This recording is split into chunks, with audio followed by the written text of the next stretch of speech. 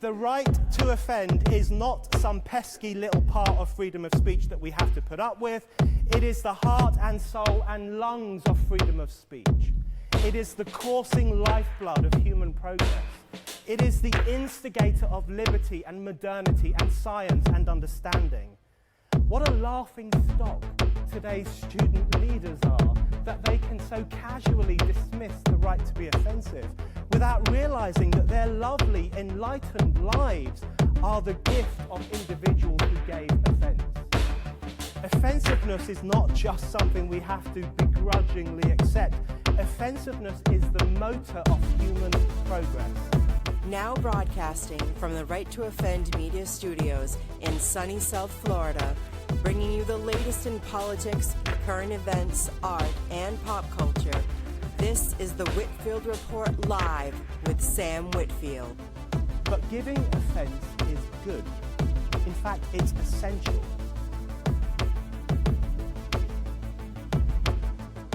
Alrighty, folks, good evening and welcome to tonight's edition of the Whitfield Report podcast. I am your host, Sam Whitfield, recording here from Right to Offend Media Studios here in South Florida. And joining me for tonight's show is Richard Maverick. We've had him on the show before, author of the Losers series. And Richard was kind enough to join us. This is the first interview we've had back after the whole, news a few weeks ago with Charlie Kirk. A few guests, understandably decided to postpone, after that happened, and it's just been really kind of a chaotic time for us all. But Richard put out a very moving, I don't know if you want to call it a tribute, but just kind of a video on Charlie and what he meant, to Richard. And so I found it very moving personally as someone who met Charlie, once, as many listeners may or may not know. But anyway, Richard, welcome to the show, and how have you been, man? Thank you for having me, Sam. I've been pretty good. I've been busy. Trying to get the final edits done of the volume 3 before we kick that over for release. I want to say the release date's November 18th. The cover will get a facelift. There's already a new cover design for it. So what you see behind me is the art copies. So the art copies still look pretty good, man. I have to say. When I did them just on the Amazon cover creator thing, and they turned out. I gotta, you get a picture of it from Amazon, right? And I took a picture on my computer with my phone. And I sent it, I posted it out, and a few people were like, you can't see it good. You can't see the lettering good. It kind of blends too much. But when I actually got the physical copies in of the ARC, it turned out way better than Amazon led me to believe it was going to. So. That's the thing with like the whole cover creator thing I've noticed too. It helps to have like a print copy of the books.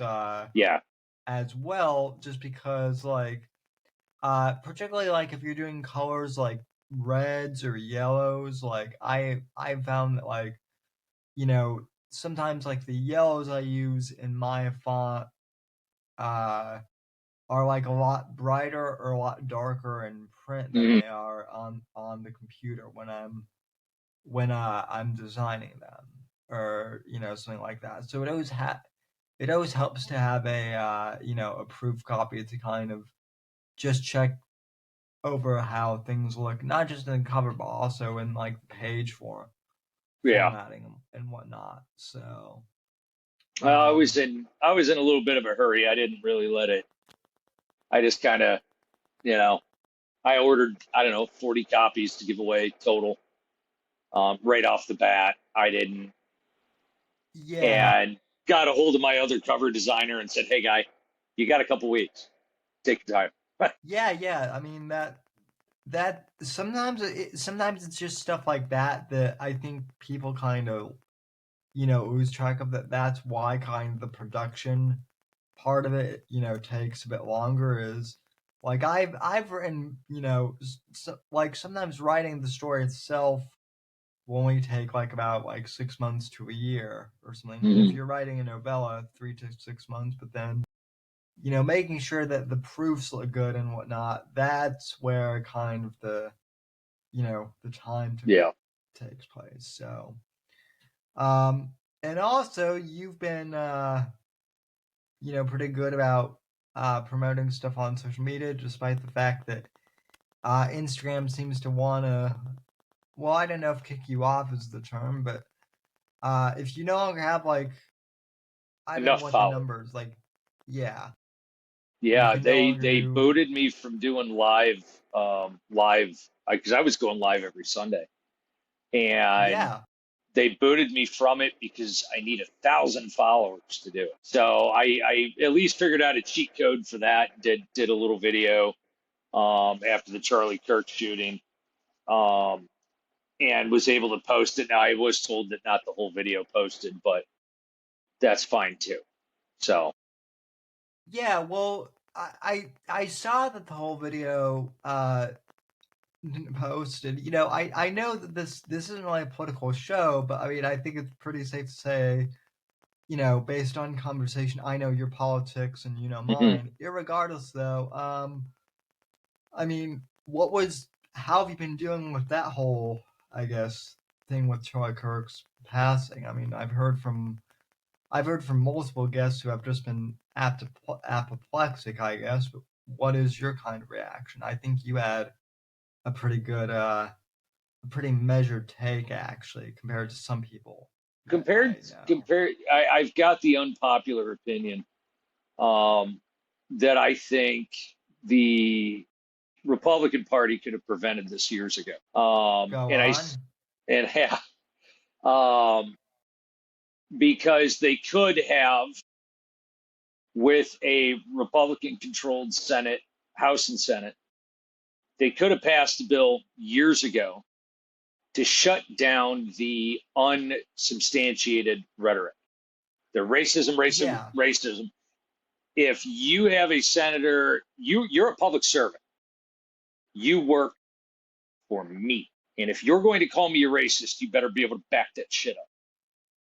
yeah, Okay. And if you can't back it up, if it's because I didn't vote the way you wanted me to, out the door you go. Special election, replace the moron, get somebody else in there. And I don't care if it's red or blue, the rhetoric's got to quit. But the yeah, Republicans make too much money off the division, just like the Democrats did.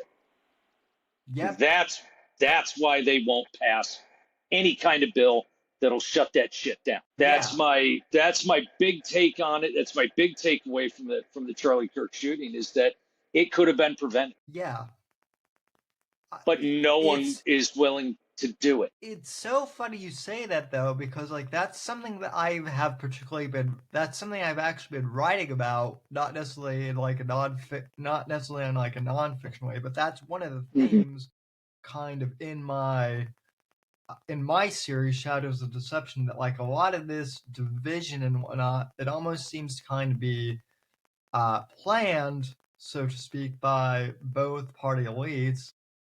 And like I've gotten a few people who have been like, well, Sam, like I'm not one of these people that like tries to predict stuff to write in my books. Like I'm not Mm-hmm. trying to do the whole Brad Thor things, but I mean I've been in political commentary for a long time. I've read, I've talked to people in the intelligence community. Granted, most of them are retired, but even so, like I don't think a lot of this stuff is super hard to like see if you observe things. And so I think Obama getting rid of like the Smith-Mundt Act in particular was was pretty harmful. And, it's like I've said, I don't really care if someone's like an evangelical or if they're like or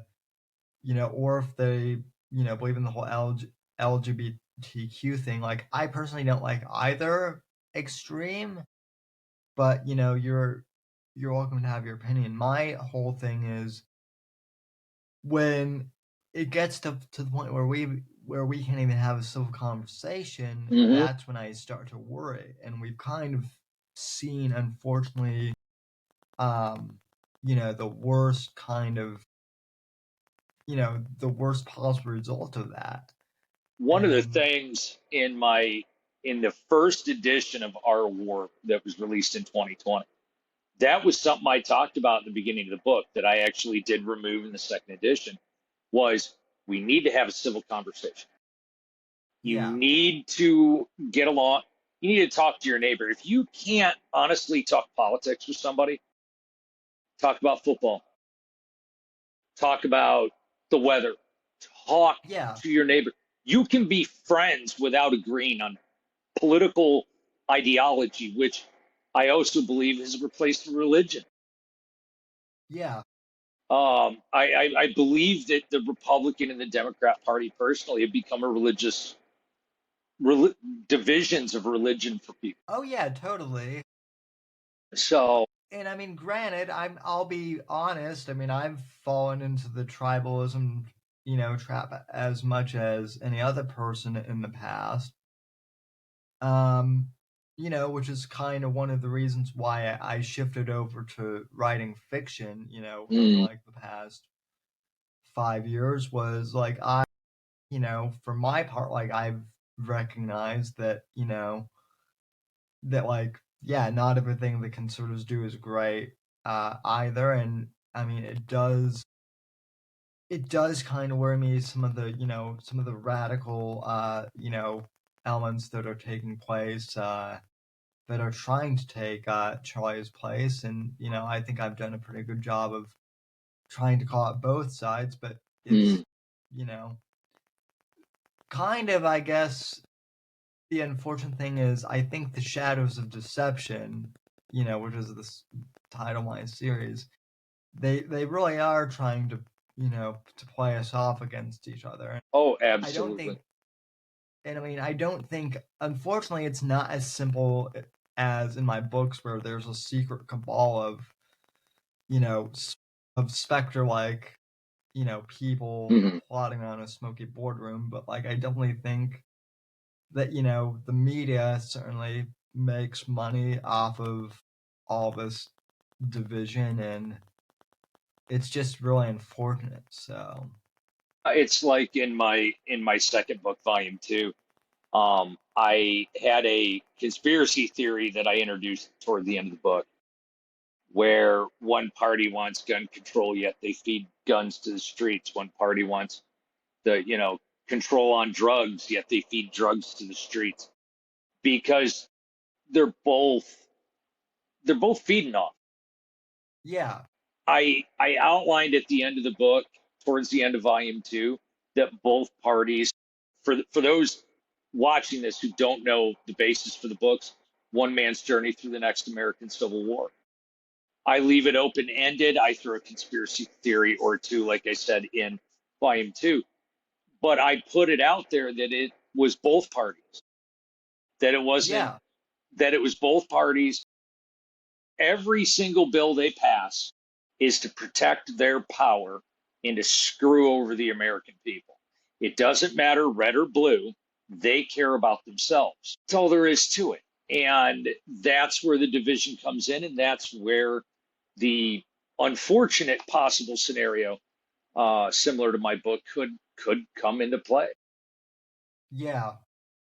Well, like I said, it seems like, I mean, I've said to people, I actually said this in the men's adventure fiction Discord, and I know it is mostly a political in there, but I said to a couple of the guys, I said, it's very unsettling that some of the stuff that I write about, and credit to Jake Woodbury, because he picked up immediately on kind of what I was getting at. I said, it's very unsettling a lot of the stuff that I wrote and that I thought was fiction just 5 years ago is kind of coming to Coming pass true. as, Yeah.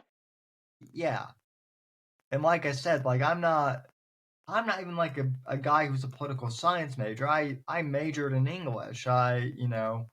Like my extent of like political involvement was I ran a chapter of the College of Republicans in college, so I'm a little more in tune to that. But like I was never like a poli-sci major or anything like that. But Hmm. just kind of doing the show and talking to authors, mostly military guys, about their experiences, and then doing like a Wednesday news recap show. Like it's and just kind of seeing what's going on in the news. It's interesting what's going on. So, Hmm. but anyway, well, you're on to book 3 Yep. now, sir. So, what can we expect from this installment in Well, I the will say series? book 3 is shorter than the other 2 books. And at first I was a little disheartened by the fact that it was shorter. And I thought, well, maybe I'll push it out, see if I can't. And then it occurred to me, volume 1 takes place over the course of about a year. Volume 2 takes place over the course of about 4 to 6 months. Volume 3, right behind me, takes place over no more than 10 days. This is Oh, 10 wow. This is 10 days in the life of the losers. And it is an intense 10 freaking days. So it's certainly it's a very interesting ride.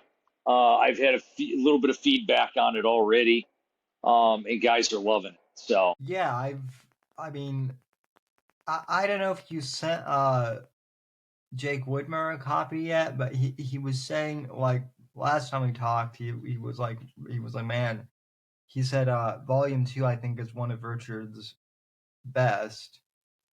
Um, which at the time I hadn't read volume 2 yet, but I just finished it recently and I would agree. yeah, So it was definitely even when you look at the second editions, the various changes that I did make regarding the first book specifically. Volume 2, when I wrote it as the first, as far as first editions were concerned, was my absolute best writing. And this book, Volume 3, again, I've elevated my writing from what it was even from Volume 2. And yeah. there's some surprises with this one. There is some surprises. And I'm not going to spoil them. I'm going to let the readers find out. So, That's always good. I do have to ask you though, do you ever surprise yourself as an author oh yes, with where your story goes? yes. In fact, Volume 2, there was several times where I'm like, wow, I didn't see that shit coming. Because you plan something and it never. The final meeting with King James was a great example. In Volume 2, and I had Mm-hmm. that in my mind. I had told the story to a dozen people how that was gonna go, and when I sat down and started writing, that's not what happened. And Well, it just it was completely different from what I intended to write.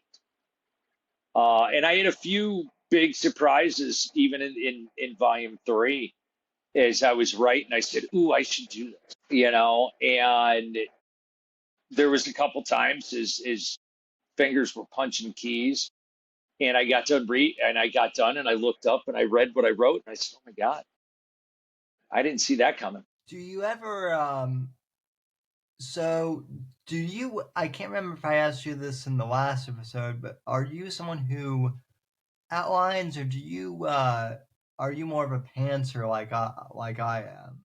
I I will write down most of the time. I will write down some bullet points. I want these Yeah. 3 things to occur. Now I have to get there.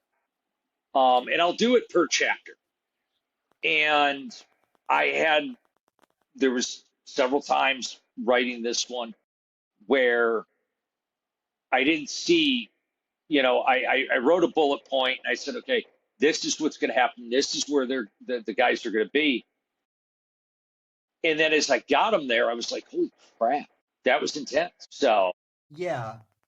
I'm kind of the same way. I don't really do outlines, but like you, I'll kind of do bullet points for kind of kind of like the overview of a story that I have, in my head. And then what I'll do is generally once I have like a list of kind of ideas, and I just use my phone mainly, I keep like kind of like a running notepad for each book. And what I'll do is like I'll copy and paste that into Chat GPT, and then I'll ask Chat GPT, okay, here are my ideas. How would I structure these in an outline, and where would each theme or idea kind of go in what chapter order? And sometimes it'll spit something out that I like, and then, or sometimes it won't, and I'll refine it. But then I start drafting from there. And oftentimes what will happen is like other stuff will kind of come up, too, that will kind of fit, in future books as well. So, like the book I'm writing right now, American Inferno, for, book 5 in Shadows of Deception. Initially, I was just going to write about the whole Antifa, kind of those riots that are going on, and that. But then once the Charlie Kirk thing happened, I was kind of like, well, some people might think it's a bit early, but I feel like I have to kind of write about that, or fit that into the narrative somehow, because I do feel that it kind of ties into the whole theme of, of a terrorist group wanting to bring the country down from within or something. So I've kind of added elements like that into the books as well. So, and that's the other thing, is sometimes, at least from what I've noticed, your second draft or even your final draft can be drastically different from your first draft, or when you started out writing something. So yeah, with this one, I had a series of notes. You know, and just in my phone, next chapter, X happens. Chapter after that, rescue mission. Chapter after that, blah blah blah. And okay, so I sit down, and sometimes I'll write it out in a notebook. If I can just to get the wheels turning, I'll try to write it in a notebook. And I sat down. I'm already, of course, into chapter 4, or volume 4, and I was writing stuff out, and I said, "Man, I don't like this." And I sat down and I thought about it, and I tried writing what my mind was showing me, and it wasn't coming. It wasn't coming out on the notebook whatsoever. And I ended up sitting down in front of the computer, and what originally in the first chapter was a paragraph turned into, a paragraph of the story being told, turned into 2.5 pages of the action. So it's already turning out better than where it was headed. Well, that's always good. Where do you think your strongest suit in writing has improved? You've mentioned that with each with each book you've improved, and I think that's the case for every author. But is there a particular like area of writing that you felt you've improved on the most, and where do you think you still For me, um the improvement is definitely in the details. Um, where telling the story now, you can see it in your head, right? You, the reader, can read it and see what you can see the character on the bridge, so to speak. You can see them in an overwatch position. You can see these things better now than you could before. And with volume 3, well, that strength is kind of the secret of the book, so I'm not going to ruin it. very, very interesting. And what would you say is still your most difficult aspect of? I would say definitely the discipline of sitting down and getting words on paper. That's my biggest problem, because Yeah, we're all busy, right? So sitting down and actually opening the laptop, you're getting up. Like this morning, I was up at 4:20. I'm like, oh, the alarm goes off in 10 minutes. I'm gonna lay back down for it, you know. And at about 6 o'clock, I got out of bed. 6:30, I think it was, when I got out of bed, and I could have used that 2 hours to open the laptop, do the work. So that's kind of where it's at the moment, is refining the discipline. I carry a notebook with me when I'm not working. When I'm working, it's notes on the cell phone. I have 7 or 8 notebooks with every book I've written so far in each one, you know. So I got to go back and, oh, where's the notebook that I wrote that down in, you know? yeah, So organization would be another thing I'm not very good at. yeah. One thing that people have recommended to me that I probably should do is that I need to write they call it like a lore Bible, because which I guess kind of keeps track of everything in your Mm, universe that happens. Because what I have tended to do is I'll go back and reread. The only time I ever really reread my books is when I'm writing stuff for you know whatever new one I'm writing, and I'm like, mm, okay, where did I leave off with X character, or mm. where did I you know or what happened in this scene, and did I leave a cliffhanger there, or did I wrap this storyline up, or something Mm. like that.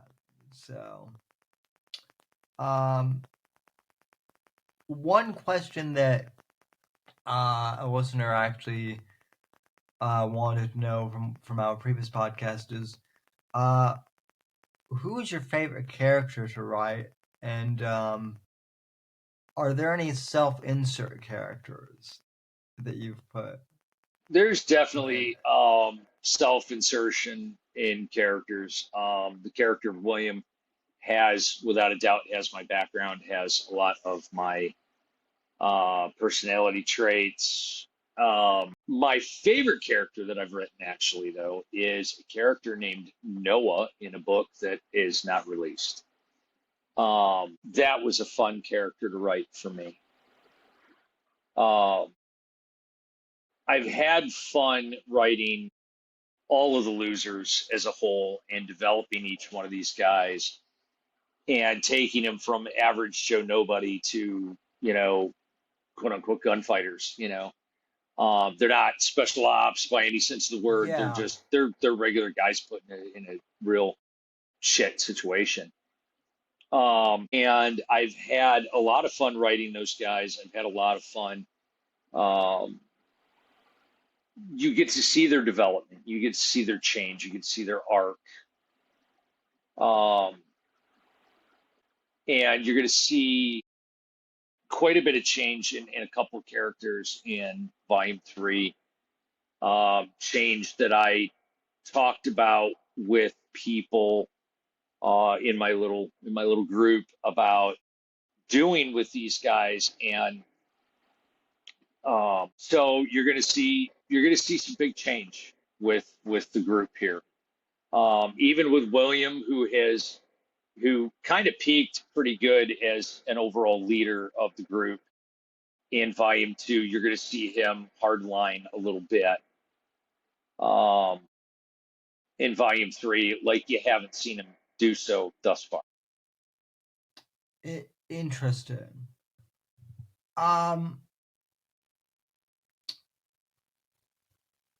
So do you think you're going to continue the Losers series? Like, are you already plotting for book 4?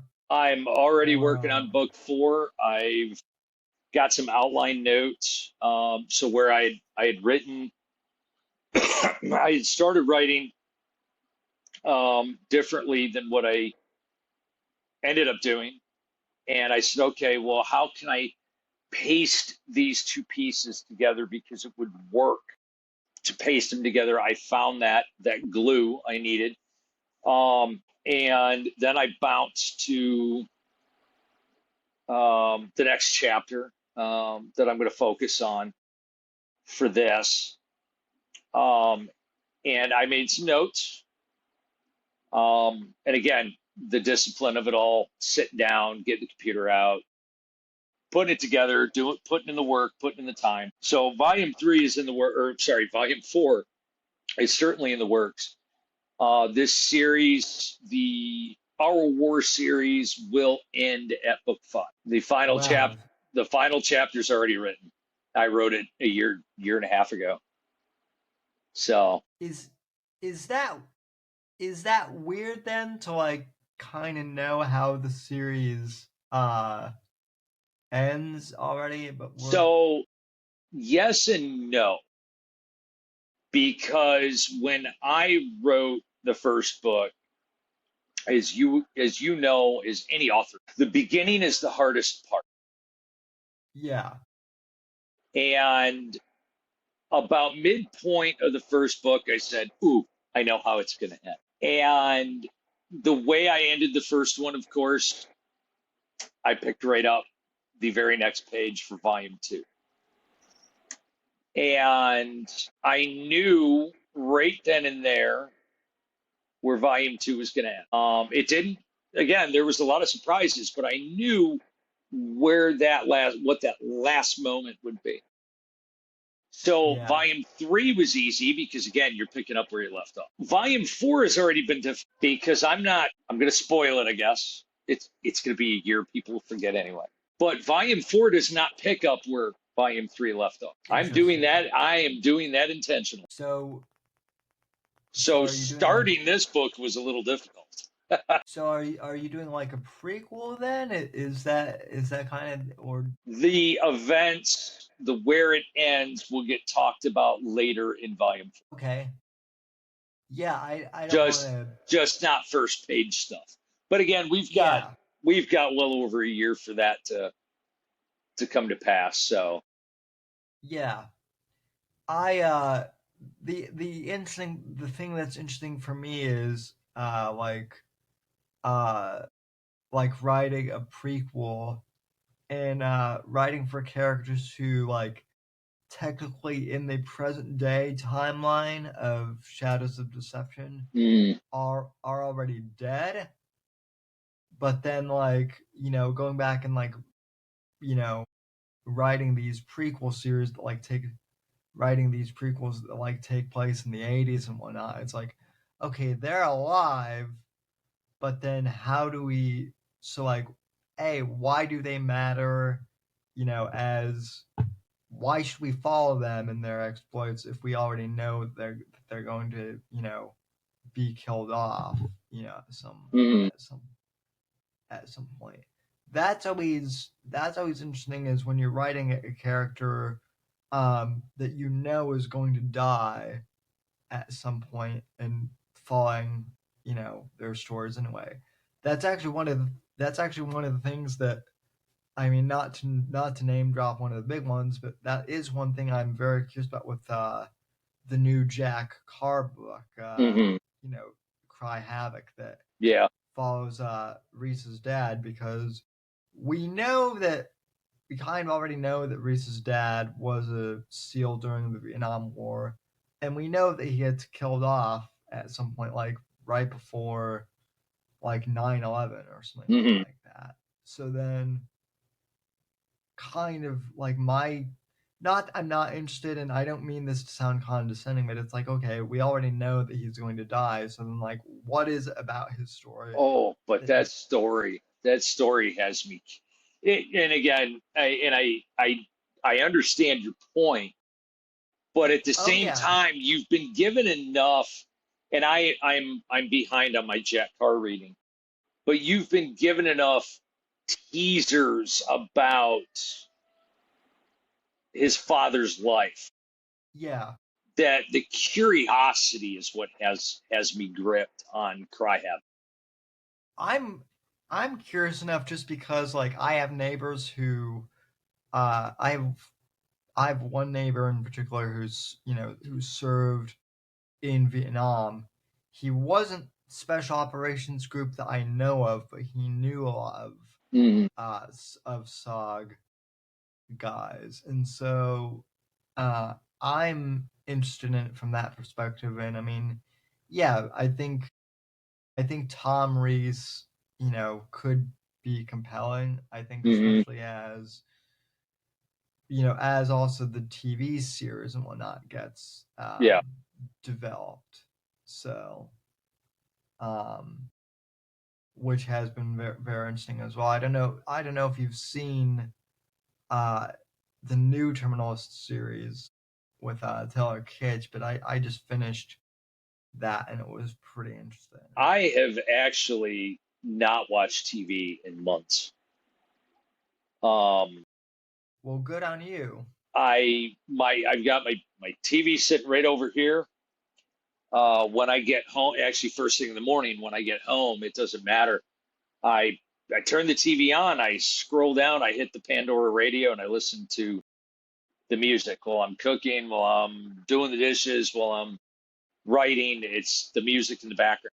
So I've had no hard interest in sitting down and watching anything lately. I don't really watch much either, as far as like current TV. Mhm. That's like the only thing that I've watched, like, contemporary, that's like, more modern. Like, right now I'm rewatching the original run of Dexter right now. Nice. The show, the Showtime series.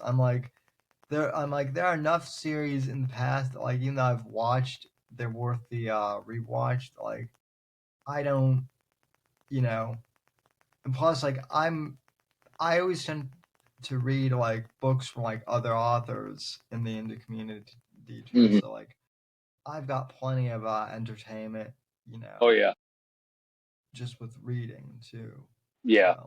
And then I imagine too. Um, I don't know if you've shared.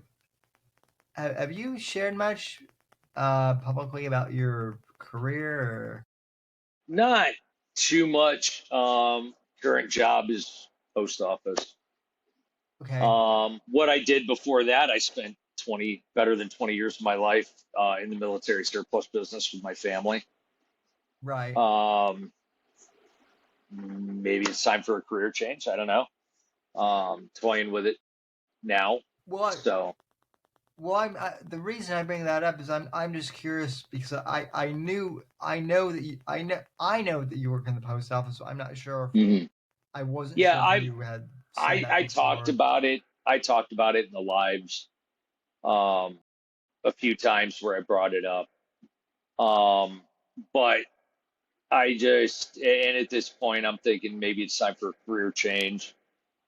Um, Do you get much, like, downtime for, like, reading or listening to, like, podcasts or anything like that during the day? so Or no, not during the day. Absolutely not. And here as of late, even my reading is a little backlogged. I'm still trying to finish up Fade In. I've only got a few chapters of that left. And then, of course, I've got a very expansive library behind me and ahead of me on the opposite wall. I mean, there's 250, 300 books in this house right now. And I got a couple in particular lined up next real quick. I've got a Brad Thor. I am going to jump into the world of Stephen King in November, just to give that a whirl. While I continue to write in the dad life and work. Yeah. Speaking of Fade In, I mean that's a terrific book. Yes, it is. I just finished it, and I don't know if you saw, but I actually had Kyle on a few months ago now, Mm-hmm. and man, terrific guy. It also could not be nicer. Yeah. Too. I mean, he's super down to earth, and like I was really nervous about like interviewing about first, just because I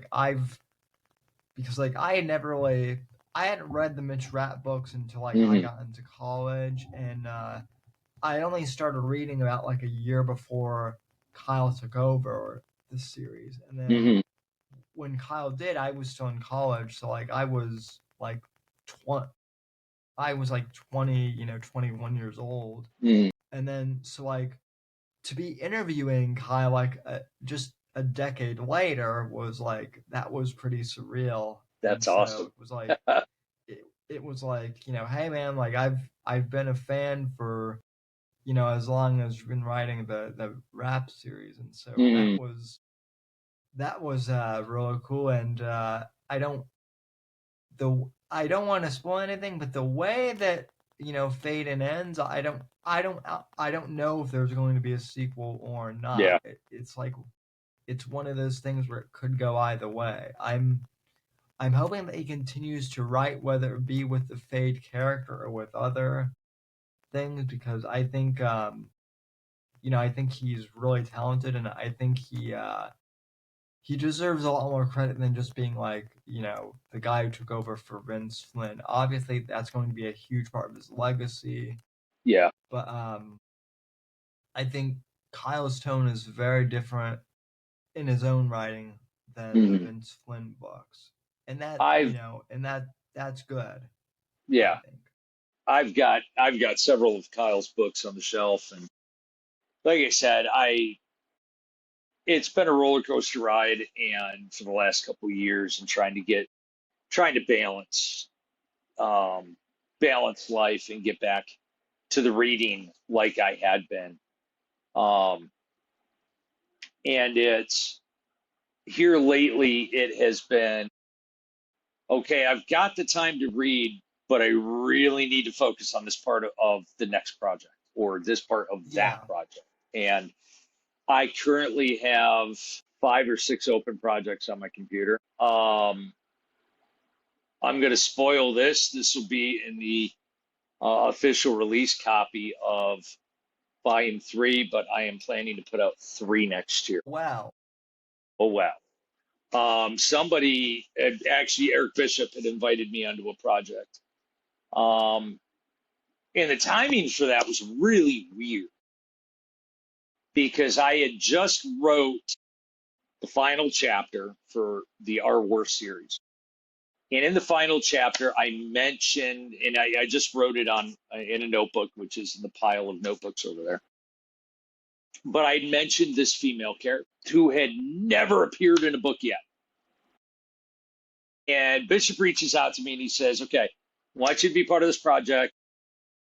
You got to write about a female character that has appeared or will appear in your books. Well, sweet. I got one. I know exactly what you're talking about, because I too am in that chat.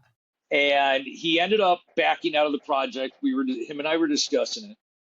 And I said, well, the hell with it. I'm going to write her story anyway. I've already started. And I thought, well, I'll make a novella. And then I had a fan contact me and say, well, I want to know more about this guy over here and that guy over there. You should write novellas about them. And I'm like, that's kind of a good idea. I'm already working on one anyway, right? Yeah. And I was kind of pacing around, talking to myself. That's how I think. And I said, oh shit, I've got the perfect one, and I gave the title away in volume 3. Interesting. So you'll see, with the official release copy, you're going to get the title, and then you'll see where I gave the title away after the fact, anyways. Yeah. Without even realizing what I was doing. Yeah. So that was the funny thing with Night of the Vigilante. My series was initially like I'd written the character of Jason Miller in Night of the Vigilante as like a side character, and I was gonna kill him off like in book 3, but then one of the beta readers, a friend I went to school with in college, was like, I don't think you should kill this guy off. In fact, like, he's one of the most fascinating characters. Like, I'd like to see a novella about him. So then that's what I did, and it really fit in well, kind of because at that time, the men's adventure fiction, the Veritas guys, that was when they started doing the whole Western theme, type of thing. So I'm like, well, this could be an interesting, kind of way to, put this character out there. So I did. I self-published it through my own imprint, but as it turns out, like, Night of the Vigilante, I think is like one of my best sellers this year. Sometimes you got to give the fans what they want. Oh yeah. Even if you're not, fully expecting, because sometimes what the audience wants is different from what, you might think as. There's this spin-off idea that I actually had since volume 2, the original release of volume 2 back in 22. And it was something Jeff and I kind of talked about, Jeff Clark, when I was on with him all those years ago. So the idea of doing spin-offs was already there. But to take it to the level, and then the conversation with Bishop and turning that project into something, and then going forward with other projects, it's like, okay, this is gonna be fun. Yeah. Have you ever considered like writing any like stories or series outside of the Losers universe? So one of the projects that's completed to a degree on my computer, Meet the Monster, the character of Noah I had told you about. I have 60 query letters out for that right now. Wow. I'm going to put out another 60 in the next 30 days. I am seeking representation because this book, I do believe, is unique.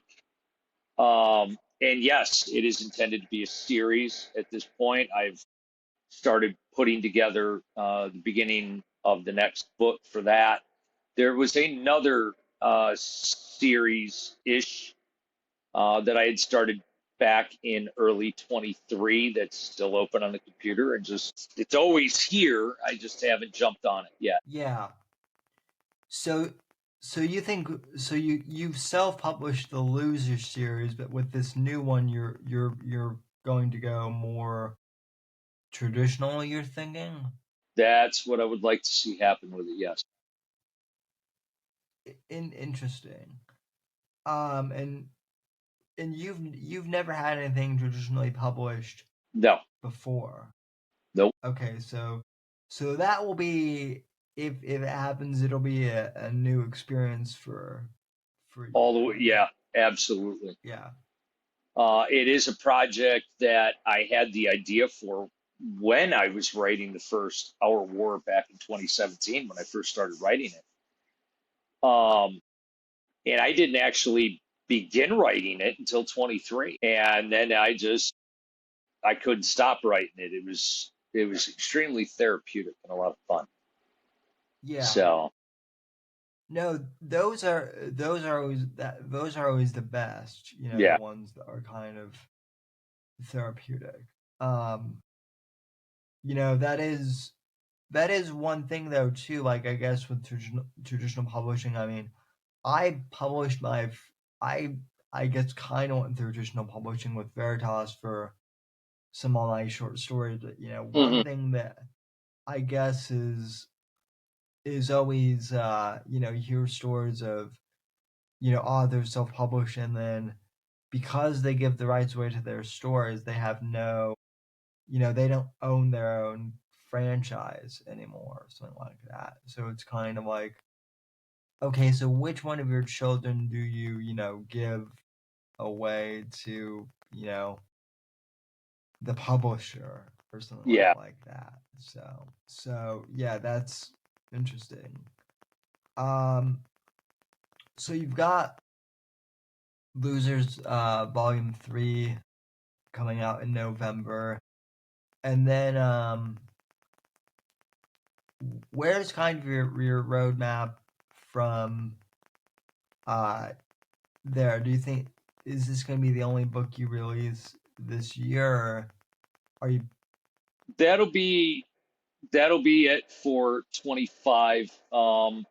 But I have 2 novellas and volume 4 planned for next year, for 26, and we'll see how, without trying to rush too much, we will see how quickly I can get out the first of the 2 novellas for 26. That's awesome, and it's certainly ambitious. To do 2 novellas plus Yeah. novel. I usually just do like 2 to 3 novellas a year, and that's enough as is. Mm-hmm. And then the other thing too, I don't know about you, but like one of the challenges I've faced is like trying to figure out when to release things. Yeah. So, Yeah. For me, I would not mind. I'm not saying this is how it's going to be, but I would not mind seeing the first novella released January, February. As far as the second one, that's where the torn portion is in my mind. Would I release the second one before volume 4 or after? That I don't know yet. We'll just have to see how it goes. yeah. Well, I mean, you seem to have a game plan, and that's more than a lot of authors do who just pants things. So, and you're still, I know you're not doing the live streams, but you're still doing or are you doing the live streams still? I tried doing live on Facebook, and they boot it after 30 days. Where Instagram, you can still go back and watch my lives from last year. Yeah. So I'm going to do probably little short videos that I can post in place of the live, kind of talk about the same thing, give people updates, and it just won't be with people adding commentary or asking questions. Tried maybe like doing YouTube or like Substack or anything like that, because I know they support video. A couple of guys, one of the guys I know recommended the Rumble thing. Yeah, Rumble's great. That was recommended to me, but at this point, I'm going to try to consolidate my plates a little bit and try to get more work done. And if I do a little pre-recorded thing that I throw up on a Sunday or on a Wednesday for people to watch, and ask me questions during the week that I answer on the weekend, then that's what I'll end up doing for now. Yeah. Well, if you are ever interested in doing like any live stream type of things, just let me know, and I'm always helpful to help out with that. As Absolutely. Podcasting for a while, but Mhm. anyway, well, Richard, where can people find you and your books? They can find me on Instagram and X at R Maverick Books. On Facebook, richardmaverickbooks.com or Richard Maverick Books, no .com there. Not yet anyway. And all the books can be found. There's nothing up yet for Volume 3 as I was waiting to finish the edits, which I'll have wrapped up this weekend. And then the ebook will be available just as quick as it can be. But the books can be found on Amazon. Well, yeah, I'll be sure to link all of your stuff in the show notes, and once the book is out, let me know, and I'd be happy to have you back on, or to Absolutely. do a promo for it. Absolutely. And I mean, I want to thank you for your time, and I know it's kind of been a crazy last few weeks, but appreciate you coming on anyway, especially. And I appreciate you for having me. Anytime. And so, folks, go and check out Richard's books, the Loser series. I think you're gonna like it, and I do have one of his challenge coins around here somewhere. I think it's on my other desk. But thanks for tuning in, folks, and we'll talk to you down the road. The right to offend is not some pesky little part of freedom of speech that we have to put up with. It is the heart and soul and lungs of freedom of speech. It is the coursing lifeblood of human progress. It is the instigator of liberty and modernity and science and understanding. What a laughing stock today's student leaders are, that they can so casually dismiss the right to be offensive without realizing that their lovely, enlightened lives are the gift of individuals who gave offense. Offensiveness is not just something we have to begrudgingly accept. Offensiveness is the motor of human progress. Thank you for watching the Whitfield Report live on the Right to Offend Media Network. Make sure to check out Sam's books on Amazon, Audible, and Kindle. You can follow Sam on X at SamW_NGC and the Right to Offend Media Network at RTO Media. Like, comment, subscribe, and share with your friends. And until next time, God bless, God save this great nation. God, freedom, legacy, in that order.